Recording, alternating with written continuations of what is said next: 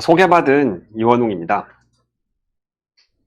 요즘 많은 분들이 이 세계가 강대국 간 갈등의 한가운데 있다는 것을 실감하고 계실 겁니다. 우크라이나 전쟁은 이제는 확연히 서방과 러시아의 대결이 돼서 이 확전과 핵전쟁의 위험이 커지고 있죠. 또 미중 갈등이 첨예해지는 가운데 대만을 둘러싼 양측의 무력 시위가 거의 상시적으로 이어지고 있습니다. 더구나 최근 윤석열 정부의 우크라이나 무기 지원, 대만 문제에 관한 발언을 놓고 러시아와 중국이 격앙된 반응을 보이면서 우리는 우리나라도 그 갈등들에 깊숙이 얽혀 있다는 것을 실감하고 있습니다. 그런데 이런 거대한 갈등들은 이 마르크스주의에 큰 질문을 던지는 듯한데요. 마르크스는 사회의 핵심 분단선이 계급이라고 했습니다. 그러나 국제 질서를 보면 이 국제 질서는 계급이 아니라 국가들의 위계 질서로 이루어져 있는 것처럼 보이죠. 게다가 그 질서를 결정하는 것은 계급 투쟁이 아니라 국가들 간의 투쟁인 것처럼 보입니다. 그리고 국가 간 불평등과 쟁투는 이 자본주의 사회 이전부터 있었죠. 마르크스주의 제국주의로는 오늘날 이런 거대한 갈등들이 어떻게 자본주의의 역학과 연결되어 있는지를 설명하고 해결책을 제안합니다. 그렇다면 우선 마르크스주의는 제국주의를 어떻게 정의하는지 살펴보겠습니다. 흔히들 이 제국주의를 강대국이 하는 깡패짓으로 소박하게 이해하는데요. 그런 단순한 의미라면 제국주의는 자본주의보다 훨씬 오래된 거라고 할 수 있죠. 4,000년 전에도 자신의 우위를 이용해 주변국들을 복종시킨 제국들이 있었습니다. 가령 아카드 제국, 아시리아 제국, 바빌로니아 제국 같은 그런 이름들을 들어보셨을 것입니다. 그러나 이 제국주의를 그렇게 포괄적으로 정의하는 것은 전혀 유용하지가 않습니다. 상이한 역사적 시기에 이 상이한 역학 속에서 벌어지는 일들을 뭉뚱그려서 이 특별히 설명해 주는 바가 없기 때문입니다. 마르크스주의 제국주의론이 말하는 제국주의는 지금으로부터 약 150년 전부터 나타난 현상을 뜻합니다. 그럼 당시에 무슨 일이 있었길래 그랬던 것일까요? 무엇보다도 이 강대국들의 지정학적 경쟁과 영토 확장이 유례없이 격화됐습니다. 물론 과거에도 제국들 간의 경쟁이 없었던 것은 아닌데요. 그러나 이 제국주의적 경쟁은 그 범위, 파괴력, 빈도 등 이 온갖 면에서 질적으로 달랐습니다. 당시 영국은 인도 전체와 중동 대부분, 그리고 아프리카 일부를 아우르는 제국을 건설했죠. 프랑스는 북아프리카와 동남아시아로 진출했습니다. 러시아는 서쪽과 남쪽으로 국경을 확장했고, 또 그 과정에서 인도로 연결되는 중앙아시아에서 영국과 지배력 획득 경쟁을 벌였습니다. 뒤늦게 비로소 자본주의를 발전시키기 시작한 일본은 1879년 오키나와를 병합했고 1904년에는 러시아와 전쟁을 벌였습니다. 아프리카를 둘러싼 유럽 열강의 경쟁도 치열했죠. 그리고 바로 이런 경쟁이 제1차 세계대전의 배경이 됐습니다. 레닌, 그리고 부하린 같은 이 고전적 마르크스주의자들은 왜 세계가 이처럼 엄청난 갈등 격화와 대규모 전쟁으로 치닫는지 설명하려 했습니다.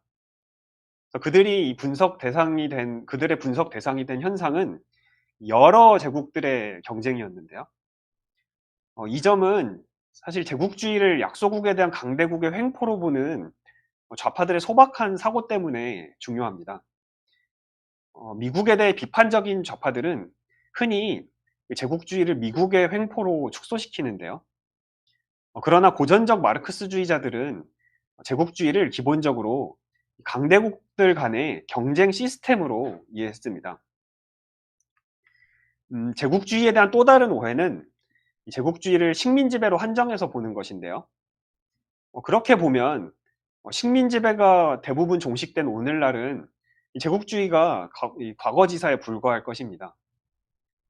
그러나 이 고전적 제국주의 시기에조차 식민 지배가 전부는 아니었습니다. 영국은 미국 남부, 중국, 라틴 아메리카 등 자기의 식민지가 아닌 곳에서도 막강한 해군력, 제조업 우위, 금융제도에 대한 지배력 등을 바탕으로 지대한 영향력을 행사했습니다. 또 미국은 식민지 개척보다는 이런 비공식 제국을 더 선호했는데요. 그렇다고 해서 미국이 덜 제국주의적이었던 것은 아닙니다. 미국은 당시 지정학적 경쟁의 중요한 플레이어였죠. 이처럼 제국주의를 그대로 거슬러 올라가는 것으로 보는 관점이나 아니면 식민 지배로 한정하는 관점 등은 모두 이 제국주의의 본질을 제대로 포착하지 못합니다. 그리고 그뿐만 아니라 이 모두 제국주의를 자본주의와 분리해서 본다는 중요한 약점이 있죠. 반면 마르크스주의적 제국주의론을 발전시킨 레닌과 부하리는 마르크스의 자본주의 분석을 토대로 자본주의의 발전이라는 맥락 속에서 제국주의를 이해했습니다. 레닌과 부하리는 제국주의를 낳은 세 가지 변화를 지적했습니다. 첫 번째는 자본의 집중인데요.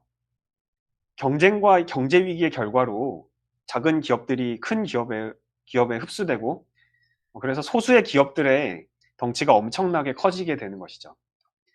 그러면서 그런 대기업들이 특정 산업과 심지어는 경제 전체를 주무르게 됩니다. 그런 소수의 대기업들은 그리고 국가와 긴밀하게 얽히게 되죠. 둘째 변화는 자본의 국제화인데요. 방금 전에 자본의 집중에 대해 얘기했는데 그렇게 덩치가 커진 자본들은 자기 나라 안에서는 더 성장할 수 없게 됩니다. 그러면 이제 이윤을 얻기 위해 세계 시장으로 진출하게 되죠. 그 결과 자기 나라 안에서는 경쟁이 줄어들지만 이 세계 시장에서는 자국 국가와 결합된 더 거대한 단위들이 더 격렬한 경쟁을 벌이게 되는 것이죠. 이런 거대 자본들 간의 국제적 경쟁은 국가 간 지정학적 경쟁과 맞물리게 됩니다. 오늘날 반도체 경쟁이 이 제국주의적 경쟁과 연결되는 상황을 떠올리시면 될 것 같습니다. 국제 무대에서 경쟁하는 기업들에게는 국가의 도움이 절실한데요. 강력한 국가일수록 약소국으로부터 더 많은 이권을 얻어낼 수 있겠죠. 해외 투자를 지키기 위해서도 강력한 국가가 필요합니다. 또 자본들이 아무리 국제화하더라도 그 본사는 대개 자기 출신국에 있습니다. 그래서 그들의 경쟁력을 높일 조건들을 마련하는 일은 그 국가의 권력에 달려 있죠. 한편 이 국가 관료들은 그들대로 기업들의 경쟁력을 키울 이해관계가 있습니다. 기업들이 성공적일수록 첨단 무기를 개발하고 구입하거나 아니면 세금으로 국가 운영 비용을 마련하는 것이 수월해지기 때문입니다. 이처럼 이 세계 시장을 둘러싼 기업들의 경쟁은 국가들의 군사적 경쟁, 그리고 영토적 경쟁과 맞물립니다. 그리고 자본들과 국가의 상호의존 관계가 강화되는 것이죠. 그런데 여기서 이 국가 간 경쟁과 쟁투를 직접적인 경제적 이득 문제로 축소시켜서는 안 됩니다. 예컨대 현재 우크라이나 전쟁을 단지 우크라이나의 곡창지대나 미국 군수 산업의 이익을 위한 것으로만 본다면 이 단순하고 조잡한 설명으로 흐르게 되죠. 제국주의 전쟁은 대개 영향권을 지키거나 전략적 우위를 점하기 위한 것입니다. 그리고 그것이 결국 경제적 경쟁에도 이롭기 때문에 벌이는 것이죠. 제국주의를 낳은 세 번째 변화는 레닌이 말한 불균등 발전입니다. 잠시만요. 이 불균등 발전은 몇몇 국가가 남들보다 먼저 발전을 이룰 뿐 아니라 후발 국가들이 선발 주자들을 따라잡기도 한다는 뜻인데요. 이런 자본주의의 역동성 때문에 기존의 국가 간 세력 균형이 유지되지 못하고 그래서 기존 강자들과 신흥 강자들 사이에 쟁투가 끊이지 않습니다. 현재 이 기존 패권국인 미국이 신흥 강국 중국에 위협감을 느끼는 요즘 상황을 떠올리시면 될 것 같습니다. 이런 불균등 발전은 제1, 2차 세계대전의 배경이 되는데요. 영국은 19세기까지 최강의 제국주의 국가였지만 20세기에 접어들면서 미국과 독일의 도전에 직면했습니다.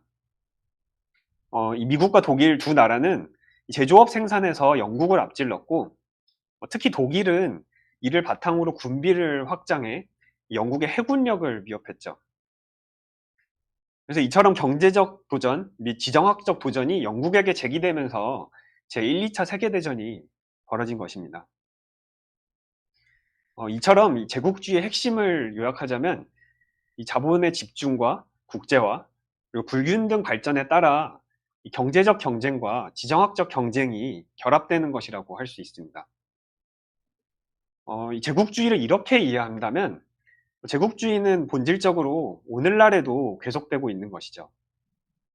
소련 몰락 이후 미국은 이 국가 간 힘의 분포가 균등하지 않으며 계속 변하는 이 불균등 발전을 점점 더 의식해 왔습니다. 그래서 자신의 패권에 도전할 신흥 강자가 나타날까 봐 줄곧 우려해 왔죠. 군사력 면에서는 미국을 따라올 자가 없었습니다. 그러나 경제적으로는 미국은 상대적으로 쇠퇴해 왔죠. 미국은 이를 군사력으로 만회하려 했는데요. 중동에서 벌인 테러와의 전쟁이 대표적인 사례였습니다.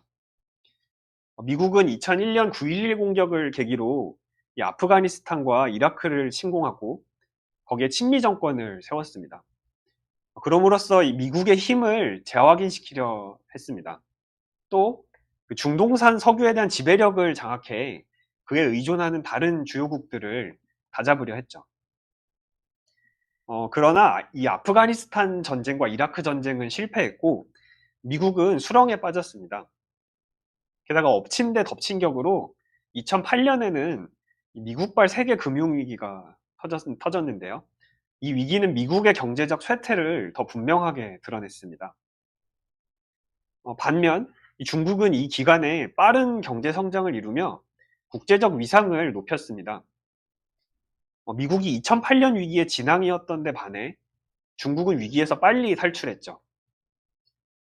이 중국은 시장 개방을 통해 신자유주의 세계 질서에 스스로 편입해서 이제 세계 최대의 제조업 수출국으로 부상했습니다. 군사력도 빠르게 증강했고요.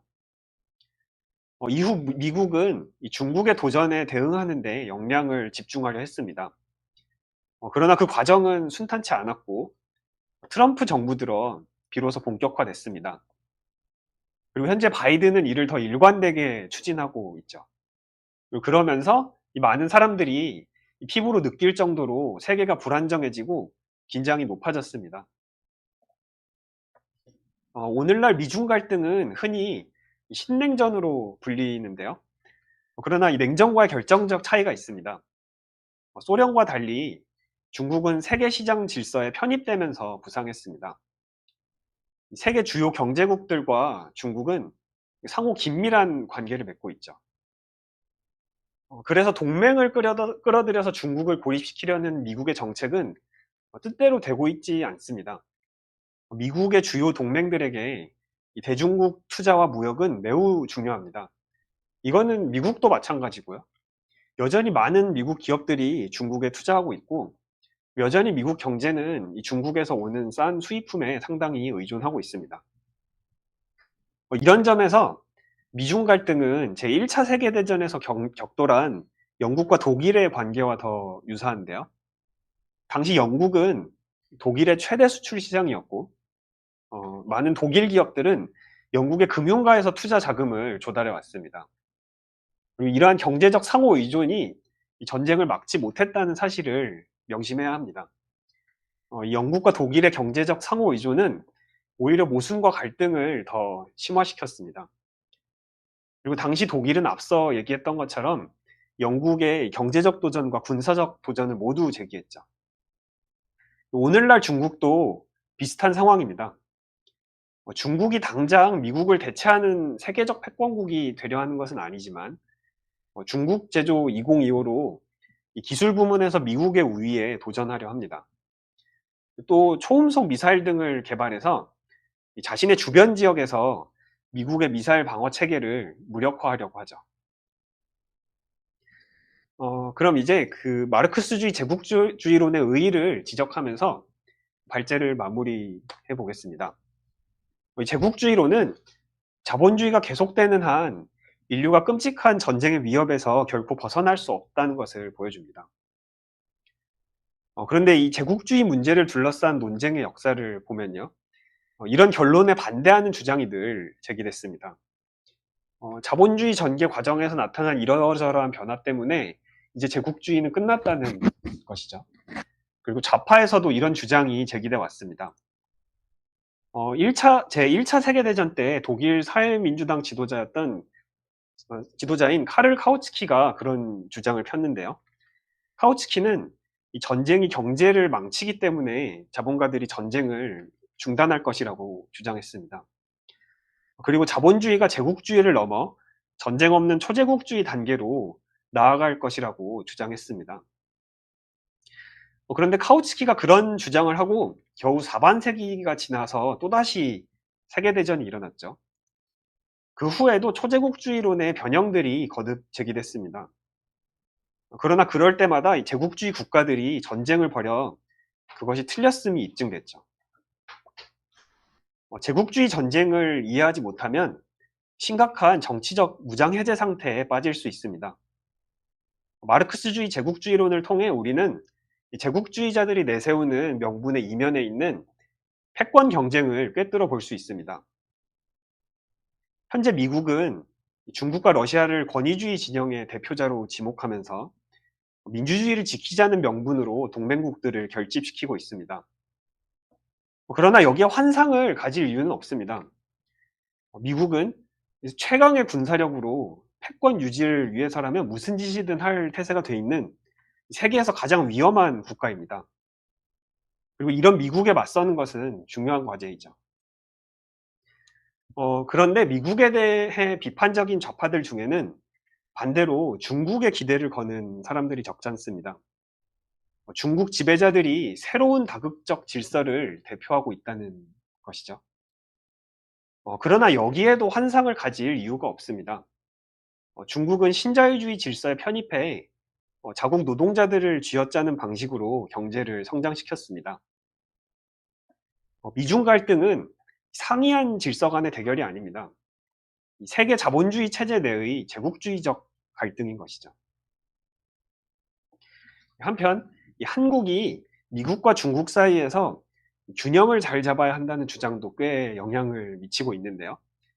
미국의 힘이 상대적으로 쇠락하고 중진국들의 경제적 비중이 커진 것이 이런 주장에 힘이 실리는 배경입니다.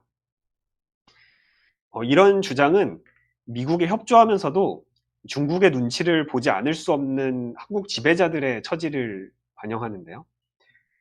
이런 주장은 어떤 적절한 균형점 위에서 줄타기를 하는 일부 지배자들에게 노동계급이 지지를 제공해야 한다고 함축합니다. 그러나 이 제국주의적 갈등이 갈수록 첨예해지는 상황에서 그런 줄타기는 10중8구 커다란 모순에 부딪힐 것입니다. 게다가 줄타기가 성공한다고 해도 그것은 노동자 투쟁을 약화시킬 것입니다. 노동계급이 지배계급 일부와의 협력을 위해 투쟁을 자제해야 할 것이기 때문입니다. 경제위기가 심화되는 상황에서 이는 노동계급이 위기의 대가를 치르게 만들 것입니다. 마르크스는 노동자들을 자본주의의 무덤을 파는 사람들이라고 불렀습니다. 인류의 미래를 위협하는 이 제국주의 체제를 끝장내려면 자본주의의 무덤을 팔 노동자 투쟁이 필요합니다. 발제는 여기서 마치겠습니다.